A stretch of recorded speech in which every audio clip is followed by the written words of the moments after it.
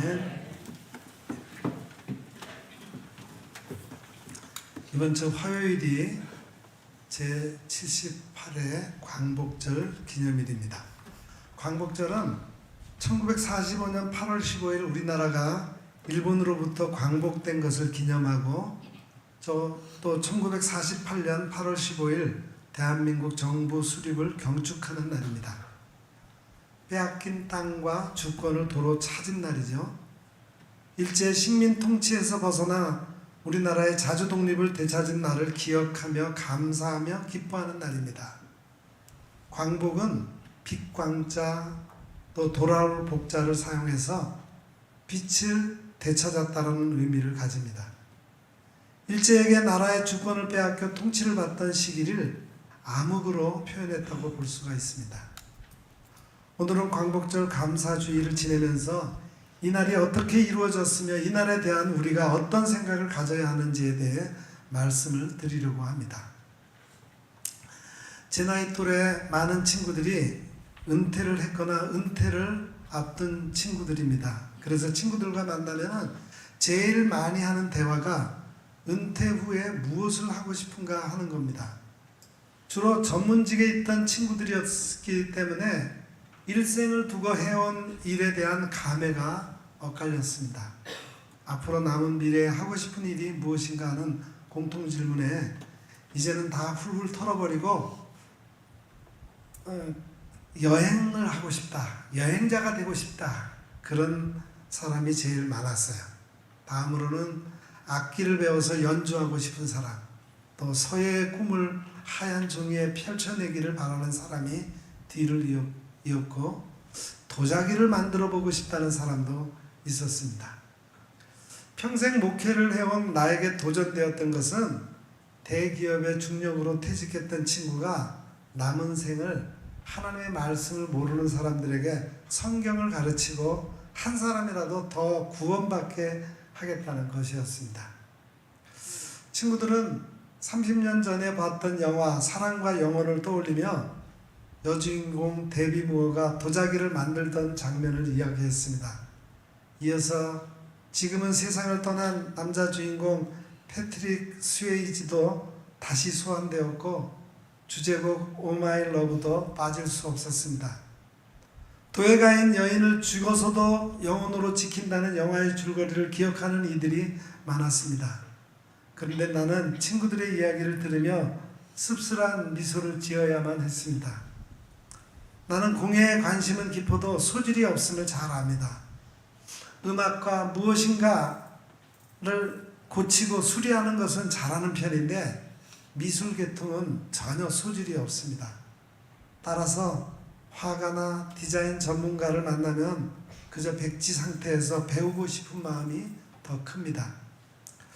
그래서 저는 은퇴 후에 목공을 한번 배워볼까 그런 생각도 있습니다.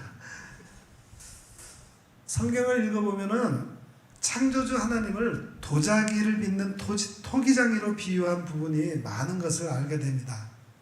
그 중에 하나가 신학교 시절에 하나님께 꾸지람 받은 기억의 말씀입니다. 세상의 불의에 항의하는 기도를 드리는 나에게 주님은 로마서 말씀을 주셨어요. 그런즉 우리가 무슨 말을 하리요? 하나님께 불의가 있느냐? 그럴 수 없느니라. 이렇게 분명히 의의 하나님이심을 확언하신 뒤에 엄한 말씀으로 꾸짖으셨습니다. 이 사람아, 내가 누구이기에 감히 하나님께 반문하느냐? 지음을 받은 물건이 지은 자에게 어찌 나를 이같이 만들었느냐 말하겠느냐? 토기장이가 진흙 한 덩이로 하나는 귀 쓸 그릇을, 하나는 천이 쓸 그릇을 만들 고난이 없느냐? 아, 주권자 하나님은 토기장이시며 우리는 진흙이다. 그분은 진흙으로 귀한 그릇을 만들기도 하시고 부수어 버리기도 할 권한이 있으시다. 이 말씀은 이렇게 마무리됩니다. 이 그릇은 우리니 곧 유대 중에서뿐 아니라 이방인 중에서도 부르신 자니라. 그렇습니다. 우리는 하나님의 질그릇입니다. 나를 만드시고 깨뜨리지 않으시고 이방인 중에서 불러주신 주님께 내 삶을 온전히 드리고 싶다는 고백과 결단이 있었습니다. 오늘 말씀에도 하나님께서 예레미야 선지자에게 토기장이의 집으로 내려가라 이르십니다. 토기장이가 일하는 공장은 예루살렘 남쪽 흰놈의 골짜기에 있었습니다. 흰놈의 아들 골짜기라고 또 부르는 그곳은 바알 우상이 서 있고 또 암몬의 신 몰록을 숭배하는 도벳 사당이 있는데 거기서 아이들을 제물로 바치는 인신 제사가 이루어졌습니다. 이스라엘에서 이곳을 게힌놈, 게헨나라고 했고 이 말은 나중에 지옥이라는 뜻이 되었습니다. 토기 공장은 흙과 깨어진 그릇들을 버려야 하기 때문에 쓰레기가 쌓이는 이 골짜기에 자리를 잡고 있었던 것 같습니다. 예레미야는 거기서 토기장이가 일하는 광경을 눈여겨보았습니다. 사랑과 영혼의 영화처럼 연인들이 노래하며 일하는 현장은 아니었지만 농로가 돌아가는 것은 똑같았습니다. 농로란 토기를 만드는 물레를 말하는데 회전하는 원반입니다. 토기장이는 그 원반을 돌리면서 진흙을 빚습니다. 어떤 그릇 하나가 빙글빙글 돌면서 정교한 모양을 갖추어가고 있었습니다. 그때 무엇인가 잘못되어 토기가 터졌습니다. 손상된 그릇은 토기장의 뜻에 따라서 여지없이 폐기되고 다른 그릇이 만들어졌습니다. 예레미야가 깨어져 부서진 그릇을 바라보고 있을 때 하나님의 음성이 들려왔습니다. 여호와의 말씀이니라. 이스라엘 족속아, 이 토기장이가 하는 것 같이 내가 능히 너희에게 행하지 못하겠느냐? 이스라엘 족속아, 진흙이 토기장이의 손에 있음 같이 너희가 내 손에 있느니라. 토기장이신 하나님 그리고 진흙인 백성이 농로 곧 원반이라고 하는 현실의 환경 위에 빙글빙글 돌아가고 있습니다. 이는 이미 이사야 선지자가 오래전에 밝혀 예언 바가 있는 것입니다. 이사야는 이렇게 예언했습니다. 그러나 여호와여, 이제 주는 우리 아버지시니이다. 우리는 진흙이요 주는 토기장이시니 우리는 다 주의 손으로 지은 것이니이다. 이에 더하여 예레미야 선지자는 이 진흙이 비단 개인 해당되는 것만이 아니라 민족과 국가를 가리키는 것이라고 선포합니다. 오늘 말씀이 바로 그 사실을 강조하고 있어요. 민족과 국가는 하나님이 친히 만드시고 부수시는 그릇입니다. 하나님의 절대 주권이 국가를 이끌고 계신다는 진리를 예레미야를 통해서 세상에 알리셨습니다. 우리는 참 엄청난 말씀을 읽었습니다. 하나님은 세상 국가의 미래와 운명을 관리하고 계심을 알 수 있습니다. 어떤 민족이나 국가를 뽑아버리거나 부수거나 멸하실 수 있으십니다. 그러나 그 민족이 악에서 돌이키면 하나님께서도 재앙을 돌이키겠다고 약속하십니다. 그와 반대로 토기장의 하나님이 어느 민족이나 국가를 건설하고 심으려 하셨는데도 백성이 악을 저지르고 말씀을 따르지 않는다면 복에 대한 뜻을 돌이키겠다고 하셨습니다. 국가를 건설하는 분도 하나님이시며 국가를 파멸하시는 분도 여호와 하나님이심을 명백히 밝히고 계십니다. 이때 유다 나라는 하나님 앞에서 돌이킬 수 없는 길을 가고 있었습니다. 따라서 이것은 하나님이 내리시는 거의 마지막 경고였습니다. 예레미야는 거기서 온기를 가지고 와 사람들이 보는 데서 깨뜨리면서 직접 눈에 보이도록 예언했습니다. 그러나 권력자와 백성은 오히려 예레미야를 죽이려는 계략을 세웠습니다. 심판은 이제 피할 수 없게 되고 말았습니다. 여기서 세상 나라를 향한 하나님의 섭리를 살펴봅시다. 하나님은 민족과 국가가 그분의 창조 질서 속에 들어있음을 가르쳐 주십니다. 인간은 혼자서 살아갈 수 없습니다. 두 사람 이상이 모이면 공동체를 이루어 함께 살려고 합니다. 하나님이 우리를 그렇게 만드셨습니다. 가족 공동체는 더 커져 부족 공동체가 되고 그들은 물이 풍족하고 환경이 좋은 곳을 찾아서 촌막과 도시를 만듭니다. 성벽을 쌓아 외부의 공격에 방어하는 한편 정치 조직을 형성하여 공동체 유지 체제를 갖춥니다. 이것은 하나님께서 다 허락하신 일입니다. 대홍수 뒤에 노아와 그의 가족들을 구원하신 하나님은 셈과 함과 야벳의 계보를 따라 백성이 나누어져 살아가게 하셨습니다. 이들로부터 여러 나라 백성으로 나뉘어서 각기 언어와 종족과 나라대로 바닷가의 땅에 머물렀더라. 그렇게 성경은 표현하고 있습니다. 물이 있는 땅을 중심으로 국가가 형성되는 모습을 보여주었습니다. 이후 민족과 인종에 따라 나라의 경계가 정해졌다는 말씀이 이어집니다. 역사가 흐르면서 무수한 나라들이 생기고 일어났다가 사라졌습니다. 지금 지구상의 국가 수가 253개라고 합니다. 어떤 기준을 통계 원칙으로 삼았는가에 따라서 차이가 큽니다. 예컨대 작년에 키프로스라고 하는 나라에서 코로나 델타와 오미크론이 결합한 새 변이 델타 크론이 발견되었고 그 영향력은 아직 알 수 없어 걱정이 된다는 소식이 들려왔었습니다. 키프로스 공화국은 영어식으로 하면은 사이프러스라고 부르는데 지중해 섬나라입니다. 바울과 바나바가 1차 선교에 나섰던 구브로 섬이 바로 그 나라입니다. 그런데 이 작은 나라가 우리나라처럼 남북으로 분단되어 있어요. 남쪽은 기독교인 그리스 정교를 믿는 그리스계의 인종이고 북쪽은 이슬람을 앞세운 터키 계열입니다. 수도 니코시아도 도시가 둘로 갈라져 있는 상태예요. 북키프로스는 유럽에서 인정하지 않는 나라이지만 터키 계통은 현실을 내세워 국가로 인정하고 있습니다. 세계 나라들 모습은 이처럼 복잡하고 소란합니다. 그러나 분명한 것은 어떤 경우에도 국가란 하나님의 계획 속에 들어있으며 하나님의 창조 질서와 절대 주권에 의해 앞날이 결정된다는 사실입니다. 학교에서 사회 과목을 공부하던 어린 시절에 가장 두려움을 안겨준 나라가 소련이었습니다. 세계 지도를 4분의 1 이상 새빨갛게 물들인 소비에트 연방, 그 세력이 우리나라의 전쟁까지 관여되어 있음을 알았을 때 더 공포에 떨었습니다. 그러나 그 무서운 철의 장막은 1990년대에 들어서서 한순간에 무너졌습니다.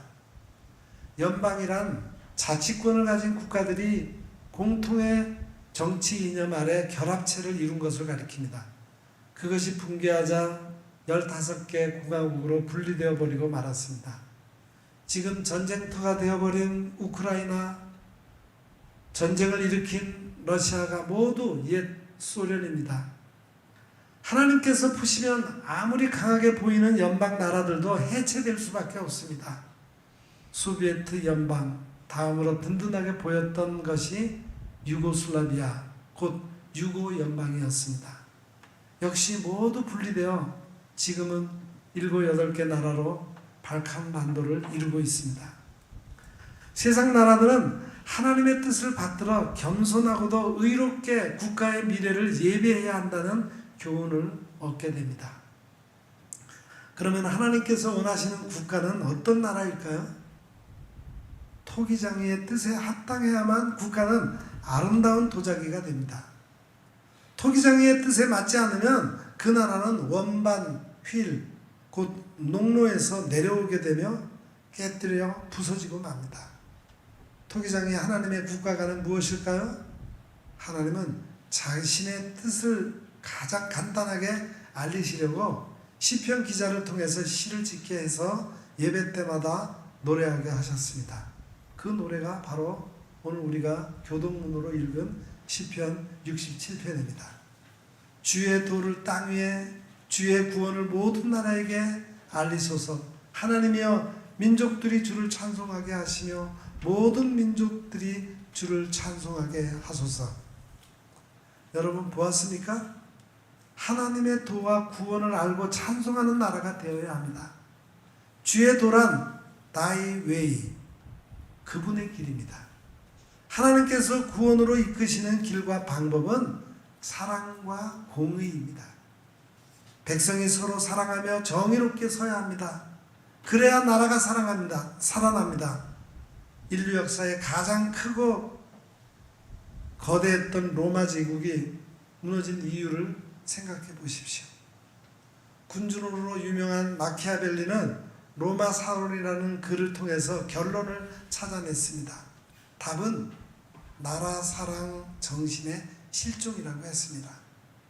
로마가 무너진 이유는 백성들이 나라를 사랑하는 그런 정신이 다 실종되어서 나라가 망했다는 겁니다.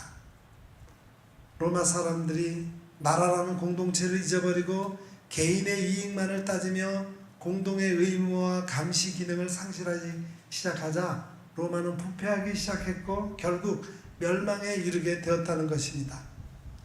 우리나라는 로마의 영화는커녕 이제 막 빈곤에서 벗어나게 되었는데 벌써 공동체의 사랑이 식고 내 이익에만 몰두하고 있는 모습은 아닌지 모르겠습니다. 나라 사랑을 말할 때 현명한 교우들은 아실 겁니다. 무조건 우리나라를 사랑하고 다른 나라를 배타적으로 대하는 것은 편협한 애국주의에 불과합니다. 이것은 자칫 국가 간의 불화와 전쟁을 불러오는 요인이 됩니다. 세계 250여 국가가 다 자기 나라의 이익만을 추구하게 된다면 세상은 모략과 싸움으로 나를 지새우고 전쟁을 막을 수 없게 될 것입니다. 그리고 5천만 우리 국민이 자기 이익만을 취하는 나라가 된다면 농로에서 내려오는 위기를 피하지 못하게 될 것입니다. 그래서 하나님은 사랑과 공의의 도를 말씀하셨습니다. 사랑과 의가 없다면 부서지는 포기가 되고 맙니다. 이 나라를 세우시고 건설하신 분은 하나님이십니다. 나라 사랑의 정신을 하나님께 아뢰고 인정받기 위하여 오늘의 말씀처럼 하나님의 목소리를 청종해야 합니다. 듣고 따라야 한다는 말이에요. 하나님의 말씀을 내 마음대로 해석하고 내 주장에 맞추려고 하는 것처럼 위험한 일은 없습니다. 마음을 온전히 비우고 말씀 앞에서 묵상하면서 의와 사랑의 하나님만을 심령에 모시도록 하십시오. 예레미야의 말씀은 나라를 위해 기도해야 할 주제가 담겨져 있습니다. 우리나라와 세계 나라들을 위해서 기도합시다. 하나님은 예레미야 19장에서 토기장의 옹기를 사서 사람들이 보는 데서 깨뜨리라고 하셨습니다. 지금처럼 매스컴이 없는 시대인지라 사람들의 눈으로 직접 보게 하시려는 뜻이었어요. 그리고 토기장의 그릇을 한번 깨뜨리면 다시는 완전하게 할 수 없다고 말씀하셨습니다. 우리는 지금 매스컴을 통해 이 시대의 문제가 무엇인지를 생생히 보고 있습니다. 영적인 눈을 들어 토기장의 옹기도 볼 수 있어야 합니다. 하나님의 도를 이 땅에 바로 세우고 우리 그리스도인들이 앞장서서 공의와 사랑을 실천해야만 나라가 살 수 있습니다. 옹기 그릇이 깨뜨려져서는 절대 안 됩니다. 어두움은 고요하고 차분합니다. 그러나 한편 칙칙하고 캄캄합니다. 그것은 때로는 편안함과 심오함을 주기도 하지만 두려움 또는 공포를 안겨주기도 합니다. 어둠이 가진 역행성은 파괴력으로 나타납니다. 주변의 모든 것을 어둠과 같은 색으로 만드는 마력을 갖고 있습니다. 예컨대 어둠에 오랫동안 있으면 마음도 어두워집니다. 물리적인 어두움이 마음으로 깊이 파고들어 자리하기 때문이죠. 그러나 빛은 맑고도 밝습니다. 그것은 사람의 마음에 기쁨과 유쾌함을 가져다 줍니다. 따사로운 햇빛은 몸도 마음도 치료해주는 하나님의 선물이지요. 이 때문에 사람들은 어둠보다는 빛을 좋아합니다. 하나님께서 세상을 만드실 때 그 첫 말씀이 빛이 있으라였습니다. 세상은 빛을 시작으로 존재하게 되었습니다. 그러나 동시에 어둠도 창조되었습니다. 하나님은 빛을 낮이라 하고 어둠을 밤이라고 부르셨습니다. 하나님의 창조는 저녁이 되고 아침이 되니가 6번 반복된 후에 7째 날에 안식함으로 완성되었습니다. 빛과 어두움은 그렇게 이 땅에 자리하게 되었어요. 어둠의 긍정적인 측면은 안식에 있습니다. 사람과 대부분의 동식물은 밤에 쉽니다. 밤과 쉼은 안식이라는 공통분모를 가지고 있습니다. 어두운 밤이 존재하므로 쉴 수 있고 그로써 만물이 건강을 유지할 수 있으니 어둠이란 가히 필수적입니다.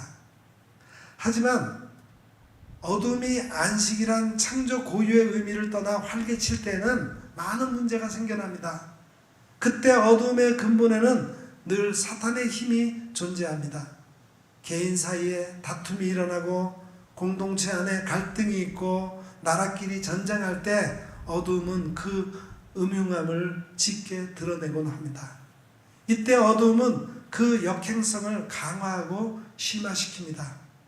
어둠은 특히 사람으로 하여금 자기 논리에만 충실하고 타인의 입장은 배타하도록 합니다. 빛과 어둠을 이분법적으로 양분하여 자기를 빛으로 합리화하고 타인은 어둠으로 매도하기도 합니다. 이 논리는 대부분 강자에게서 만들어집니다. 강자는 창조의 적극적 요소로 나타난 빛을 두루뭉실하게 자기에게, 또 소극적인 요소로 나타난 어둠을 포괄적으로 타인에게 적용하면서 세상은 이렇게 돌아가야 한다고 주장합니다. 인간의 세속사는 하나님의 구속사에 호기롭게 도전하면서 순종에 대한 거부 의사를 당돌하게 비춰왔습니다. 그러나 구속사는 우주 속의 모든 것을 아우르는 엄청난 포괄성을 갖고서 정의와 불의, 선과 악을 넉넉한 신축성으로 담아냅니다. 그 정점에 십자가 사건이 있습니다. 십자가 사건은 빛과 아울러서 어두움을, 선인과 더불어 악인을 묵묵히 품어냅니다. 끝내는 빛을 만들어냅니다. 예수님은 요한이 잡혔다는 소식을 들으시고 갈릴리로 물러가셨습니다. 전진을 위해 후퇴하신 걸까요? 예수님의 이전 거처는 나사렛이었습니다. 그 나사렛을 떠나 정착하신 곳이 가버나움입니다. 나사렛과 가버나움은 같은 갈릴리 지역 안에 속해 있습니다. 갈릴리 내에서 이동하셨다는 것인데 그것이 과연 물러가셨다는 의미를 가지는 걸까요? 여기서 물러가셨다는 표현은 예언의 성취를 나타내기 위해 쓰인 언어입니다. 가버나움은 스불론과 납달리 지경 해변에 위치해 있습니다. 예수님께서 그곳으로 가신 목적은 이사야 선지자가 예언한 바 흑암에 앉은 백성들에게, 사망의 땅에 살고 있는 사람들에게, 그늘에 앉은 자들에게 빛을 비추시기 위해서였습니다. 그 빛은 바로 예수 그리스도입니다. 예수님께서 가버나움에 가셨을 때 하늘의 찬란한 빛은 비로소 어둠에 있던 사람들의 마음에 비추는 빛이 되었습니다. 하늘의 빛은 그 이전에도 밝은 빛이었음이 분명합니다. 창조 이래 그 빛은 항상 밝게 비추어 왔습니다. 그러나 물리적인 그 빛이 항상 마음의 빛이었을까요? 환경은 삶을 지배합니다. 이 때문에 자칫 환경에 휘둘릴 수 있습니다. 이것을 극복하는 것이 신앙입니다. 그렇다면 신앙이 환경을 지배할까요? 현실적으로 신앙이 늘 환경을 지배하는 것은 아닙니다. 신앙마저도 환경의 지배를 당하는 경우가 많습니다. 특히 그 환경이 박해나 고난으로 나타날 때는 더욱 그렇습니다. 예수님이 가버나움으로 가셨다고 해서 그곳 사람들 모두에게 빛이 임한 것은 아니었을 것입니다. 예수님을 빛으로 직시하고 신실하게 영접하고 의지하고 소망하며 살려고 했던 사람들만이 빛을 가질 수 있었습니다. 예수님을 자기 환경으로 삼았을 때 비로소 빛을 볼 수 있었습니다. 나라가 해방되었다고 해서 우리 각 개인 모두가 해방된 것은 아닙니다. 두터운 어둠에 갇힌 사람에게 해방은 잠깐의 위로가 될 뿐 지속적인 빛으로 느껴지지 못합니다. 어둠과의 싸움은 과거 일제, 압제 때나 지금도 여전히 일어나고 있는 현실입니다. 어둠과의 전쟁은 십자가의 전쟁과 마찬가지로 결국 하나님께 속한 것입니다. 하나님은 분명히 빛을 만들어내고야 마십니다. 예수님은 이때부터 하나님 나라를 전파하십니다. 회개하라, 천국이 가까이 왔느니라. 하나님 나라는 누구에게나 주어지는 선물입니다.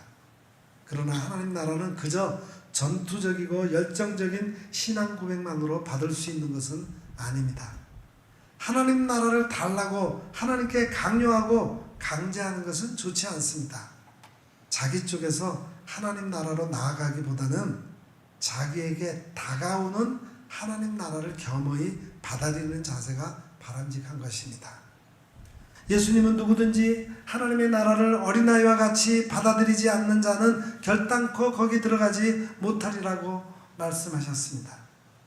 하나님 나라의 본질은 하나님께서 주시는 것으로서 우리에게 다가오는 것이며 우리는 그저 겸손하게 받아들여야 하는 것입니다. 주님은 그래서 천국이 가까이 왔느니라 라고 선포하십니다. 하나님 나라는 회개를 전제합니다. 하나님 나라에 앞서 먼저 회개가 선포되어야 합니다. 회개해야 하나님 나라를 받을 수 있습니다. 회개는 삶 전체를 하나님께로 돌이키는 전적 전환을 의미합니다. 이 때문에 회개는 매우 묵직한 비중을 가집니다. 회개로 시작하여야 하나님 나라를 받을 수 있습니다. 예수님은 흑암과 사망과 그늘에 앉은 자들에게 빛으로 오셨습니다. 구원자인 예수님이 가져오신 빛의 구체적인 모습은 하나님 나라였습니다. 그 하나님 나라는 우리 안에 있습니다.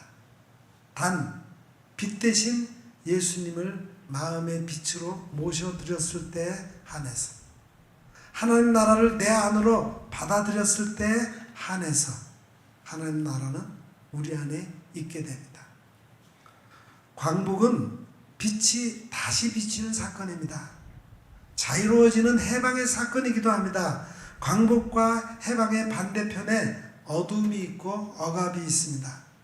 일제의 압제는 어둠이었습니다. 그 어둠 속에서 사탄의 힘은 광기를 발휘했으며 우리는 그 힘에 짓눌려 길을 펴지 못한 가슴 아픈 역사가 있었습니다. 이제 그 압제는 멀고 먼 옛날 과거의 일이 되었습니다. 그러나 우리 주변에 여전히 어둠은 존재하고 있습니다. 그 주체가 바뀔 뿐 어둠은 언제든지 우리 삶에 나타날 수 있습니다.